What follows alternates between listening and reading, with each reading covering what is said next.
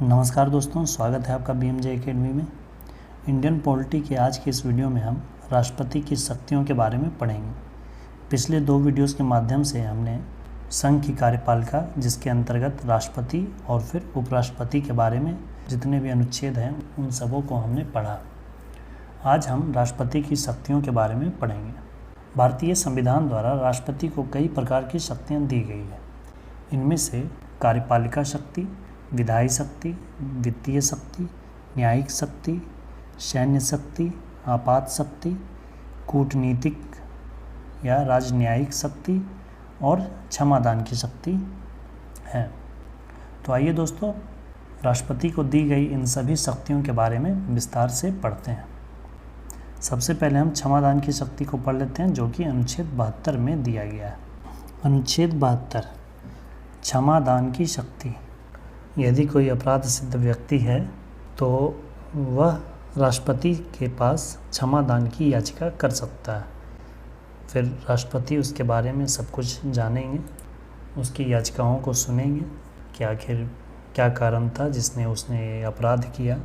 उन कारणों और उन सिचुएशंस को देखते हुए अगर राष्ट्रपति चाहें तो क्षमादान दे सकते हैं। राष्ट्रपति के द्वारा जो क्षमादान दिया जाता है वो 4 प्रकार के होते हैं।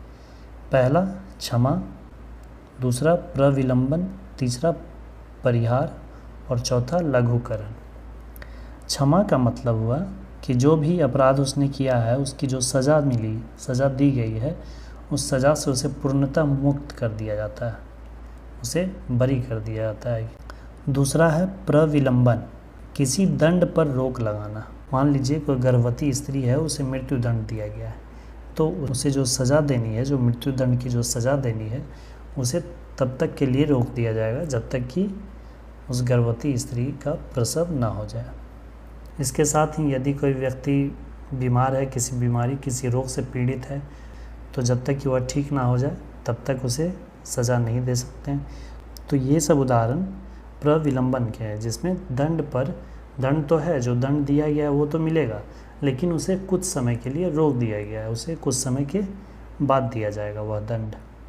तीसरा है परिहार, अवधि कम करना। जैसे 2 वर्ष की अगर कठोर कारावास है तो उसको 1 वर्ष का कठोर कारावास में बदल दिया गया, तो इसे परिहार कहेंगे। चौथा होता है लघुकरण। इसमें क्या किया जाता है कि दंड की प्रकृति को ही कम कर दिया जाता है। जैसे मान लीजिए अगर मृत्यु दंड दिया गया है तो उसे आजीवन कारावास दे दिया जाए। और एक पॉइंट है इसमें कि जब क्षमादान की याचिका राष्ट्रपति ने रद्द कर दी हो तो दूसरी याचिका दायर नहीं की जा सकती। अगर कोई अपराधी ने याचिका दायर किया क्षमादान के लिए और राष्ट्रपति ने उसके बारे में सुना, उसके बारे में पढ़ा, उसके केस को देखने के बाद राष्ट्रपति ने उसके क्षमादान की याचिका को रद्द कर दिया कि नहीं, इसने ये क्राइम किया है, इसे सज़ा मिलनी चाहिए, तो फिर वह अपराधी दूसरी बार याचिका दायर नहीं कर सकता। यानी कि क्षमादान के लिए सिर्फ एक ही बार याचिका दायर कर सकते हैं। आइए अब राष्ट्रपति की कार्यपालिका शक्ति देखते हैं। राष्ट्रपति कार्यपालिका का संवैधानिक प्रमुख होता है। अनुच्छेद 53 के अनुसार राष्ट्रपति अपनी शक्तियों का प्रयोग अपने अधीनस्थ अधिकारी या मंत्रिपरिषद द्वारा करते हैं। अनुच्छेद 74 के अनुसार मंत्रिपरिषद की नियुक्ति प्रधानमंत्री की सलाह पर ही की जाती है। अनुच्छेद 75 के अनुसार प्रधानमंत्री की नियुक्ति ये भी राष्ट्रपति ही करते हैं। इसके साथ ही कुछ प्रमुख पदाधिकारियों की नियुक्ति का कार्य भी, जिनमें से राज्यों के राज्यपाल की नियुक्ति राष्ट्रपति के द्वारा होता है। केंद्र शासित प्रदेशों में लेफ्टिनेंट गवर्नर, उपराज्यपाल या प्रशासक, जहाँ विधानसभा होती है, जिस केंद्र शासित प्रदेश में विधानसभा होती है वहाँ लेफ्टिनेंट गवर्नर होते हैं, और जहाँ विधानसभा नहीं होती है वहाँ प्रशासक होते हैं। तो इनकी नियुक्ति प्रशासक और लेफ्टिनेंट गवर्नर, उपराज्यपाल की भी नियुक्ति करने की शक्ति राष्ट्रपति को ही है।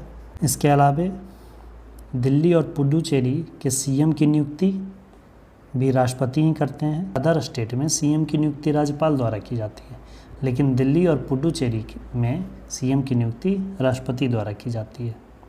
सुप्रीम कोर्ट और हाई कोर्ट के मुख्य न्यायाधीश और अन्य न्यायाधीश की नियुक्ति भी राष्ट्रपति द्वारा ही होती है। सुप्रीम कोर्ट के सभी न्यायाधीश और मुख्य न्यायाधीश भी, साथ ही हाई कोर्ट के भी न्यायाधीश और मुख्य न्यायाधीश की भी नियुक्ति राष्ट्रपति द्वारा ही होती है। कैग की नियुक्ति, कंट्रोलर ऑडिटर जनरल, महान्यायवादी की नियुक्ति और मुख्य निर्वाचन आयुक्त, उनकी भी नियुक्ति, इन सबों की नियुक्ति की शक्ति राष्ट्रपति के पास होती है। इसके अलावा अन्य राष्ट्रीय आयोग के अध्यक्ष की नियुक्ति जैसे यूपीएससी, महिला आयोग, मानवाधिकार आयोग, अल्पसंख्यक आयोग, SC/ST आयोग, पिछड़ा वर्ग आयोग, राजभाषा आयोग, इस तरह के जितने भी राष्ट्रीय आयोग हैं उन सबों के अध्यक्ष की नियुक्ति भी राष्ट्रपति ही करते हैं। अनुच्छेद 263 के अनुसार राष्ट्रपति अंतर्राज्यीय परिषद का गठन आपसी संबंध के लिए कर सकता है। राष्ट्रपति भारत के किसी भी क्षेत्र को अनुसूचित क्षेत्र या जनजातीय क्षेत्र घोषित कर सकता है। किसी भी क्षेत्र को SC/ST क्षेत्र घोषित करने का अधिकार सिर्फ राष्ट्रपति के पास है। अगर किसी क्षेत्र को राष्ट्रपति जनजातीय क्षेत्र SC/ST क्षेत्र घोषित कर देता है तो उस क्षेत्र पर फिर राष्ट्रपति का शासन होता है।